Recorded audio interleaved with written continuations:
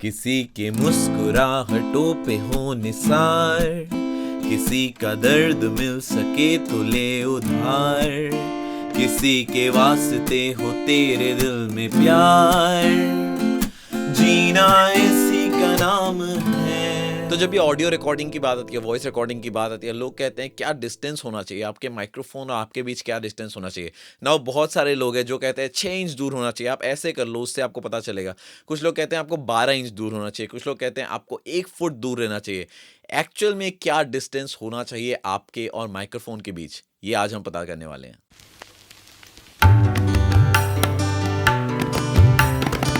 नमस्ते दोस्तों, मेरा नाम है शिवराज ड्रीम आर्ट रिकॉर्ड से। आशा करता हूं कि आप सारे अच्छे होंगे। इस वीडियो में मेरे पास है एक एकूस्टिक गिटार, एक माइक्रोफोन और एक मेजरिंग टेप। हम इस मेजरिंग टेप का इस्तेमाल करते हुए एक्चुअल डिस्टेंस फिगर आउट करने वाले हैं कि कितना डिस्टेंस होना चाहिए आपके और माइक्रोफोन के बीच में जब आप कुछ रिकॉर्ड कर रहे हैं। कुछ लोग कहते हैं कि 6 इंच का डिस्टेंस होना चाहिए, कुछ लोग कहते हैं 12 इंच का होना चाहिए, कुछ लोग कहते हैं 2 फुट दूर रहना चाहिए।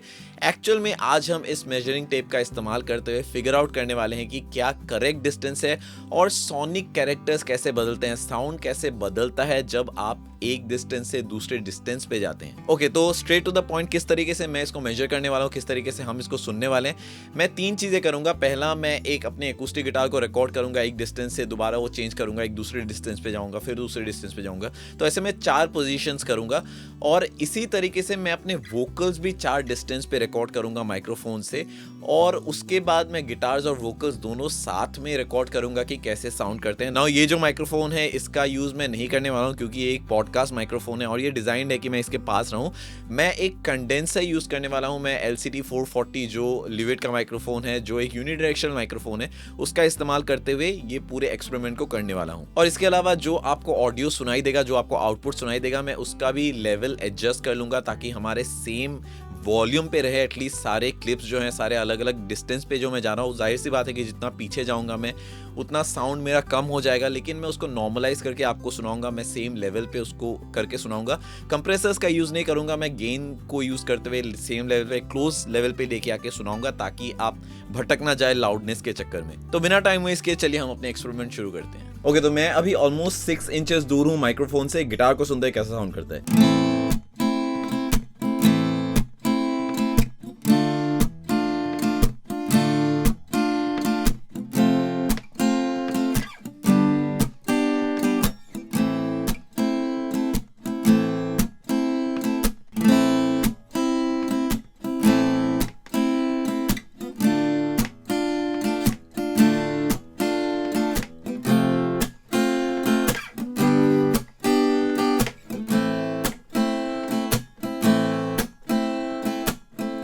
तो अभी अगेन हूं मैं 6 inches away from the microphone. Vocal सुनते हैं कैसे साउंड करते हैं। किसी के मुस्कुराहटों पे हो निसार, किसी का दर्द मिल सके तो ले उधार, किसी के वास्ते हो तेरे दिल में प्यार, जीना इसी का नाम है। किसी के मुस्कुराहटों पे हो निसार, किसी का दर्द मिल सके तो ले उधार, किसी के वास्ते हो तेरे दिल में प्यार, जीना इसी का नाम है। ओके, तो दोबारा हूं मैं 6 इंचेस अवे इस माइक्रोफोन से। एक बार गिटार और वोकल साथ में कैसे साउंड करते हैं ये सुनते हैं। किसी के मुस्कुराहटों पे हो निसार, किसी का दर्द मिल सके तो ले उधार, किसी के वास्ते हो तेरे दिल में प्यार, जीना इसी का नाम है। किसी के मुस्कुराहटों पे हो निसार,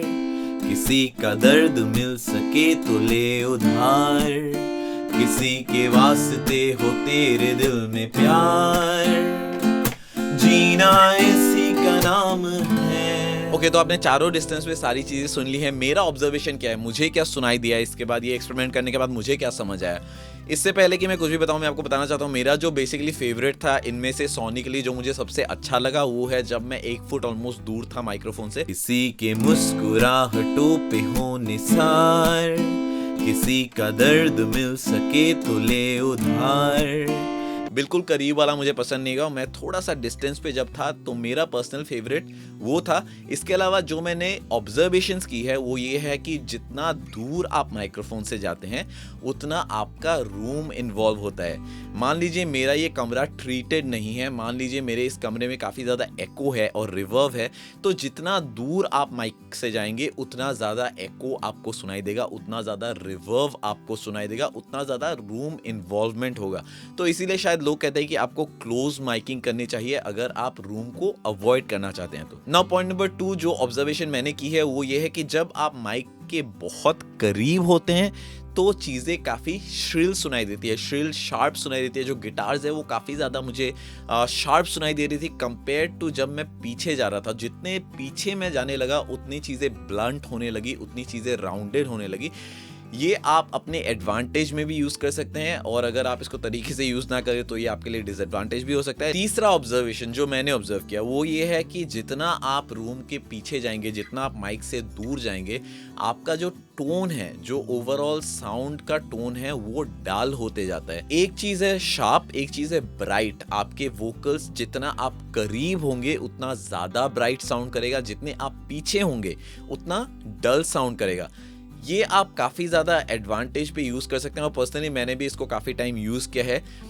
लेट्स से आपने मेन वोकल्स करने हैं, आपने मेन वोकल्स काफ़ी करीब से रिकॉर्ड किए हैं अपने माइक्रोफोन के, लेकिन अभी आप चाहते हैं कि आप हार्मनीज रिकॉर्ड करें, बैकिंग वोकल्स रिकॉर्ड करें और आप बाद में जाके उसमें रिवर्ब डाले, एको डाले, उसके हाइज काटे, पीछे उसको पुश करें मिक्स के दौरान। इससे अच्छा है कि आप उस हार्मनीज या बैकिंग वोकल्स को थोड़े से डिस्टेंस पे रिकॉर्ड करें।